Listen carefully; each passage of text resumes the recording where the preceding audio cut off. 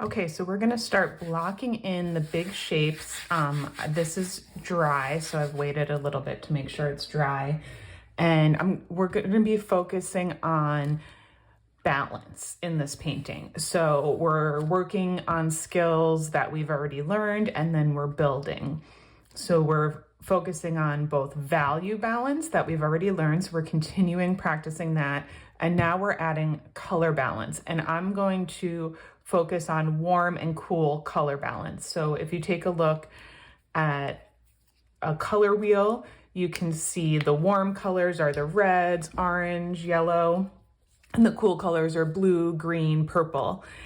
And I usually have them separated. Like how I organize my palette is by warm and cool. So I'm gonna put some yellow and red up here for my warms.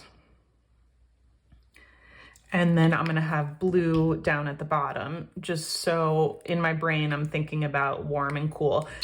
And a lot of times I make my colors on the palette kind of like long so I can pull out a little bit. And then like I can take some from here if it has red or brown on it, and then this part will still be clean and like pure yellow. So that's why I kind of make a long line like that. And of course I'm gonna use my raw umber because I love raw umber and my painting has a lot of brown in it. And since I painted this so many times, I really noticed that the wood of the table is more of a yellow brown and the leather of the sketchbooks is more of a red brown. So I'm going to be creating like two different browns here, a yellow and a red version, one for my table and one for my books. And then I'm going to use blue to make shades of that, to make shadows of that. You can use black to make shadows. Another really great way to make shadows is by using the complementary color. So the complement of yellow is purple, the complement of red is green, and when you mix those together, it makes a really dark version. What you also can do, which is a great way to make a shadow, is mix the color of the object with the color of the surface. And that makes obviously those two things are mixing together. The light of those is mixing together on the surface to create that shadow color. I'm going to use blue for my shadows because it's in between green and purple on the color wheel, and I don't have to mix any extra colors, and that's easy for me when I'm showing you. I'm also going to use a lot of glazing liquid. I'm going to start here with the books. And then I'm gonna use a lot of glazing liquid so it doesn't dry. So I kind of do like this thing with my glazing liquid so I can pick up pieces of it and not get it all mixed in with the other colors. So this will be for my warm and this will be for my cool on the bottom. So you can sketch your drawing, your composition onto here. Mine you might not be able to see, so I might just start painting since I don't think that'll be very helpful for the video. And we're not using the smallest brushes yet. Remember, this is the foundation that we're getting into. So the building blocks and the structure of the composition. So you're not getting too deep into the details here. So I'm mixing up this yellow brown, and if you don't have raw umber and you have brown in your painting, you could mix like yellow, red, and blue in different amounts to get a neutral brown and get it really dark. Or, you know, if you had more yellow, it'd be more yellow brown. I'm just using my raw umber because I have it. Okay, so I'm gonna start getting this table in where I want it and thinking about where that goes. And I'm gonna work quickly, and I'm not working on my laptop yet. I'm just really gonna focus on the table and these brown tones that are here to get them in quickly before the paint dries, because I want the paint to still be a bit malleable. And I noticed there's a highlight here, which is the yellow. Kind of want to cheat and look at my other painting that I have covered up, since I did spend more time, and it's easier when you're not trying to talk and paint. So there's more yellow where the highlight is. Now, a good rule of thumb is that warm tones, yellows, reds, pinks are great for highlights, and they move forward towards the eye. And cool tones, blues, purples, are good for shadows. Now, of course, that's one of the rules you can break whenever you want to, but it really helps with the eye, with your eye, like visually warm colors kind of pop forward and cool tones push to the back into shadows. So that's a good kind of thing to keep in mind. All right, so I'm just getting the basic placement of where I want this, and I'm going to put the knob in here because that lines up with the edge of my computer. So I kind of want to have, I'm kind of almost making like marks of where the bottom of the shelf, the bottom of the table is, like where the top and the side of the drawer all connect. And I'm gonna put a little more yellow, and I'm just mixing it in over here to get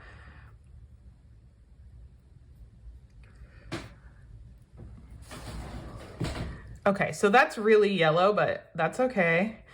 And I'm also like kind of going in this direction because it's the grain of the wood, and you'll start to see like the wood gets a little more red here because the books are reflecting, the red of the sketchbooks are reflecting into the table. So that's what I mean about mixing the color of the objects. So I'm gonna make some red brown over here, and since this part's clean, I can add it. And then since this part's clean, and then we can come and on the palette mix the red and the yellow browns to get, you know, the in-between shadow shape where they intersect. Okay. Now we have one book that is cut in half by the table here, so I'm gonna put that in first. And I know this isn't the right color. It needs actually more yellow because it's kind of more orangey. So I'm gonna pull some more yellow here, and yellow and red make orange. So mixing in with my red color is gonna get more of an orange tone. And I'm gonna end up painting over this anyway, so I'm not super concerned about it. So I'm coming back into my yellow, adding a little red, and I'm gonna make a super orange here and pull out, let's see how that color works. Just to delineate, that's a little more, still not the color, but closer. So this is a thin book. And they're kind of making that step. And then the one on the top has quite a bit of yellow in it because it's catching the light the most. So I'm gonna kind of wipe off the side of my brush to get some of this paint off because I might use it later. And I want to add a little bit more yellow here and some of my medium, which remember you can always be using water. So this comes forward a little bit because we do see a little bit of the top and the side of this book. So I do want to include that because I think that's like an interesting part. And I think these will be a little longer than I have them. So since I'm using that glazing liquid, my paint is still a little bit wet, so I can expand that a little bit because it does go. So I have my knob here and I'm making a line straight up with my eye. And this is where kind of the corner of the laptop will be. And then the edge of the book is a little bit to the left of that. So we're really just blocking in the big shapes for this first layer of in progress painting here. We're blocking in the big shapes. We're also painting directly here. So you're putting directly onto the canvas the colors you want. Of course, you can change them. And like I said, I'm gonna adjust some of these, but you're basically getting the colors that you're putting the colors you want where you want them to be, as opposed to the more indirect method where we were focusing on values first and then adding glazes to get the color where we wanted it to be. I'm just filling in some more reds into this, some more of the red browns into the table while I have the red on my paintbrush. I'm kind of thinking like economically with my paints. While I have these paints mixed, I'm making sort of the shadow and the reflection of these books on the table. I'm mixing the color of the book within the color of the table to create this new color that is a combination of the books and the table together. I hope that makes sense. We'll keep going over it as we go over colors. Remember, we're all still learning, so if anything is seeming overly complicated, don't worry about the jargon, the vocabulary. Just practice getting the shapes in, your shapes of your objects, like the big shapes of the objects, and you can also start thinking about the shapes of the shadows and highlights. So I'm going to add a little bit of blue to my table color. I'm going to clean my brush off and actually going to use a different brush, a clean brush, so it's kind of similar size. Okay, so I have my table color here, and I'm going to kind of take the darker version of the table color, maybe mix some of that red in to get it darker, and then bring some of it down here and add just a bit of blue. That's probably too much. So let me get more of this. And so I'm using the color I already had mixed, I'm just adding some medium in with it and adding a cool tone to it to cool it down. So I'll show you over here what that looks like. So instead of just putting black, we're thinking about the color temperature. Now I want to sort of get this, probably have too much medium on here right now to get it fully in there, but this does a funny thing. So I kind of want to get this shadow in place. Just taking a little more paint without the medium mixed in so it'll lay onto the canvas the way I want it to. And there's a big shadow shape here that's definitely like a part of the composition around the knob of the table and the shadow of underneath here. So really just loosely, quickly, and directly getting these big shapes in. Now I noticed that the line where the drawer is here falls kind of, I'm kind of extending this line in my mind's eyes to see where it falls, and it's here more. So since my paint is still a little bit wet, I could keep adjusting that. And I'm just gonna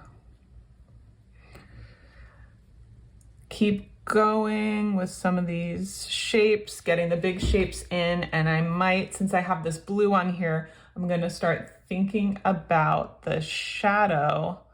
And since this red is still wet, there's a big highlight here from the metal of the computer onto the table.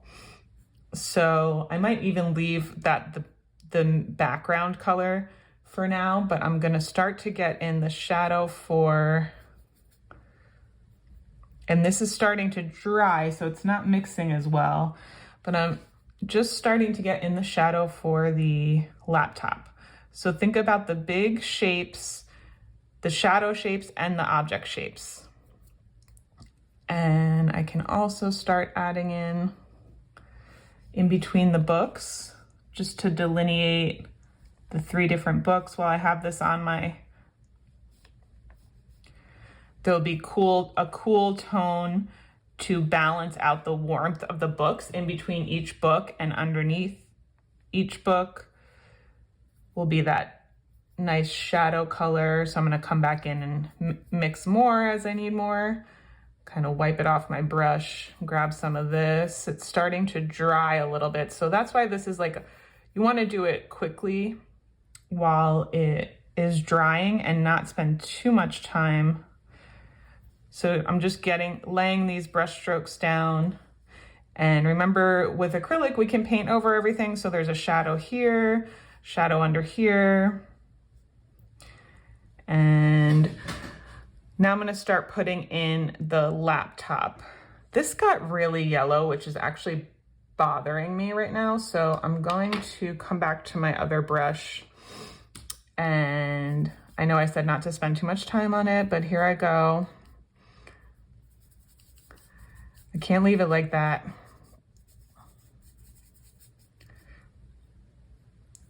And then that got to red. So I'm gonna come over here. I think it's more this color, which is starting to dry. Let me see yeah, that's looking a little better. So let me just mix some of this in so I don't leave it that yellow color that's looking kind of weird to me right now. It's distracting me. I'm just gonna fix that and get that in. So I'm really starting by, getting down the colors that I want in the places that I want, but I'm not worried about any detail. Remember, this is the foundation. We're laying the foundation for our painting, and you got to get all the stuff in the right place before you put any detail in. So everything has to be the right size, shape before you start adding any detail. Just gonna rinse that off. And I wanna put a little yellow, just grab some yellow and make this highlight, get that highlight where I want it to be. So we're just getting these colors down. That's looking better. This very like edge of the, and this is a straight line. And I'm letting the paints mix in with each other because I have all that medium on there, but it's getting a little like, I don't know what I call it, like tacky, like it's halfway dry. So it's getting a little hard to work with. So I'm gonna let it dry all the way before I start my next. But what's annoying me is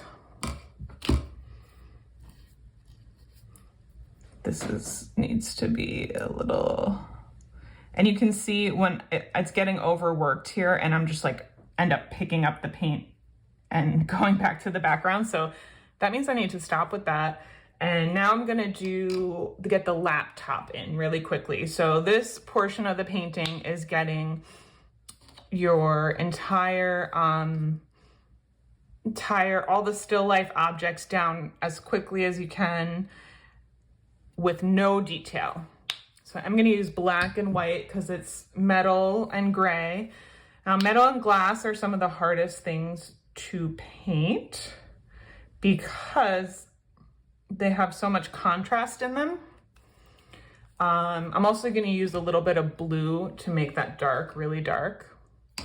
Okay, so I'm cleaning off my brush, wiping it off here. And I'm gonna start with a really light gray, so just a little bit of black added. And I have this flat brush here, and I'm gonna just do a little bit of medium in there. And I'm gonna think about getting this line of the computer in the right place. I'm not thinking about the exact color of it right now, but I am thinking about the values and the angles and the shape getting in the right place. And it's good, it's okay if it mixes with the background color because all the colors are like informing each other. But what I did do was I went too far here, so I'll just have my Q-tip here to kind of erase. And if you make mistakes, which you will, which is all part of it, you know, you can use a Q-tip, you can use a paper towel to wipe it off if it's wet. If it dries, you just paint right over it. So there's really no, like, what's nice about acrylic is that you just paint right over it. So I'm gonna make this line a little more clear. And this is this part of the keyboard that has some highlights on it, and then it goes up.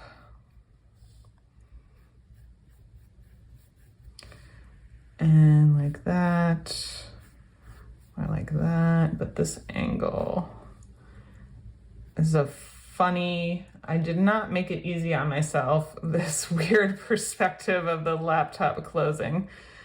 But we're gonna kind of like to choose things that maybe you might choose with materials you might choose for yours, so in these demonstrations I can kind of work out all the things that you might come in. This is very wrong.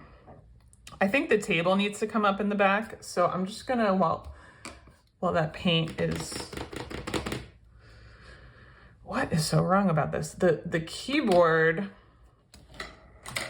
it's like, you know, when you know something's wrong, but you don't know what it is, that's what this keyboard needs to be bigger. So this comes to here.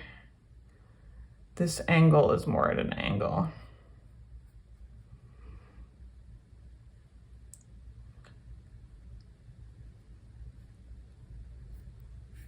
And then this,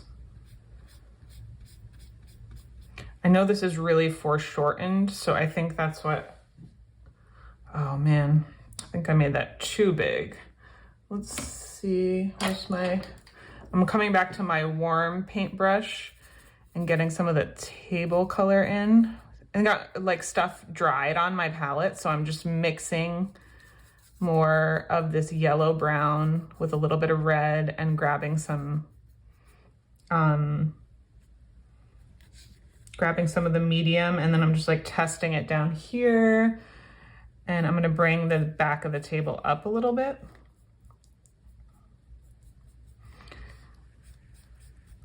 No, that, and then my books are messed up.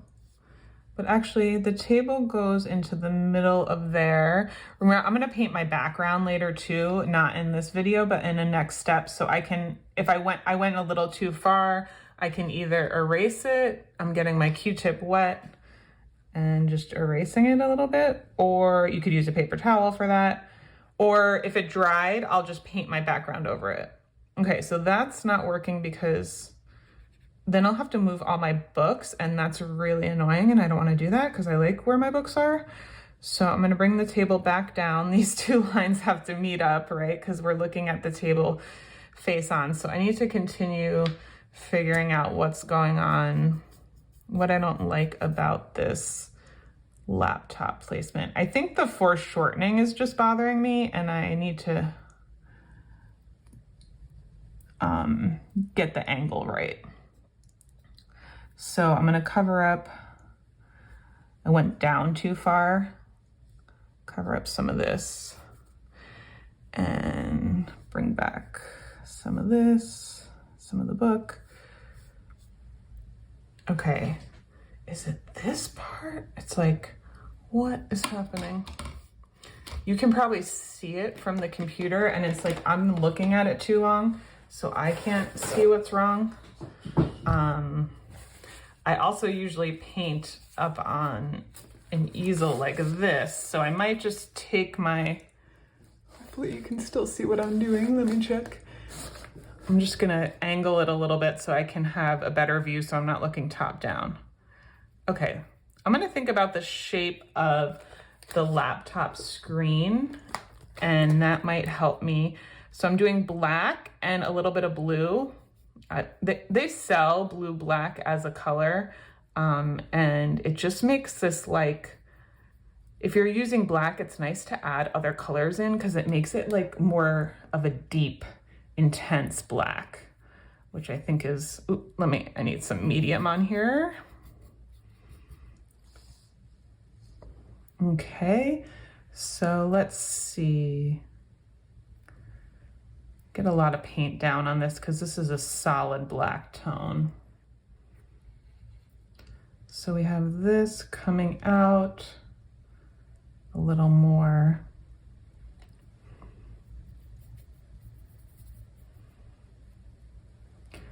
Just getting a lot of paint on here to make a, if I have a lot of paint, it makes that like solid, sharp edge. And this comes out more. Add more black, add a little bit more blue, add some medium to smooth it out.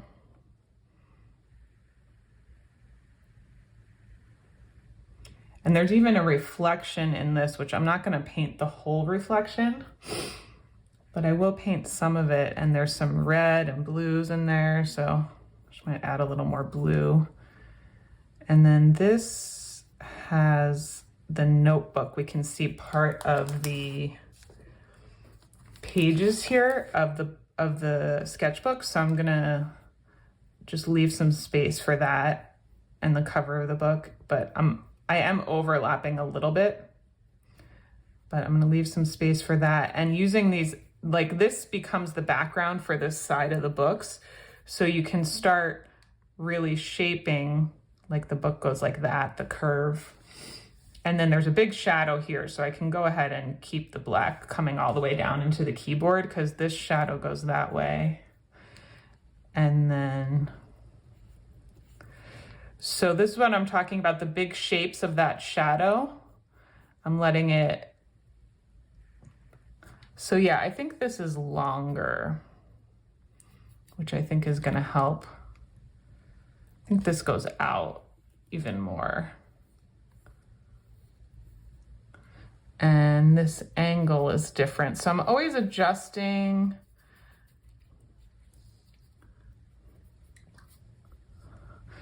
I'm always making adjustments. This is really, this foundational stage is where you're making these adjustments before you add any details.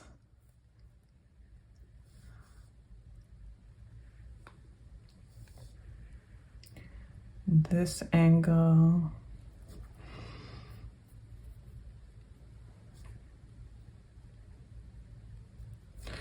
And then I am gonna add a little blue in here and a little red. I'm gonna pull some red off the top. And I noticed it's like a little purple. So blue and red make purple.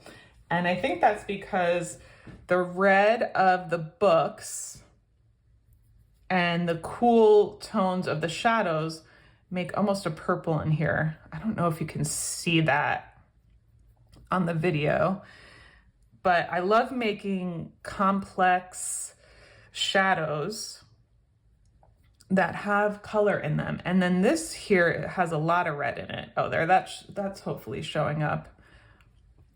So I'm not gonna do a big reflection, but while the paint's wet, I'm gonna add these colors into the shadow that will make it more interesting. And I'm using the colors of the objects that are creating the shadow, right? Because those colors are affecting the shadow. And I'm just gonna put a little of this extra paint on here while I have this shadow color of the metal. So with metal and glass, they have like the darkest darks and the lightest lights. And that contrast between the dark and the light is what makes it look like that material, that metal or glass material. Okay, we're still in the beginning stages, so I don't want to spend too much time on this, but I do want you really thinking about how you're starting the painting and getting, I just clean this off, and I'm gonna pull a little white onto here. and getting everything in place. So it doesn't have to be, there's no detail, but I'm just thinking about, I want to get this in the place where you're getting everything in the place where you want it to be, in the colors that you want it to be.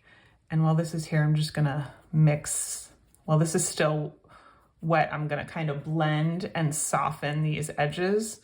I might even just take a bit of medium without a lot of color on my brush and kind of blend this stuff out. So you wanna think about, if you're not sure what your edges are gonna do, if they're sharp or if they're soft, you can sort of blend them. And I'm gonna end up painting over most of this, but just to have like that soft shadow tone in there. And this is plenty for the first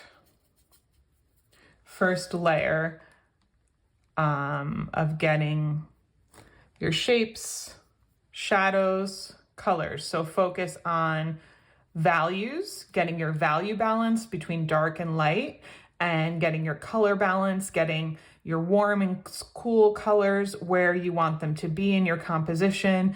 This is plenty for sort of the first layer, the in progress painting to get to, and then we'll move on to adding details. I'm gonna let this dry so it doesn't get mixed in and I can kind of start fresh. I'm also going to clean off my palette, so I start with a clean palette, clean water, clean brushes.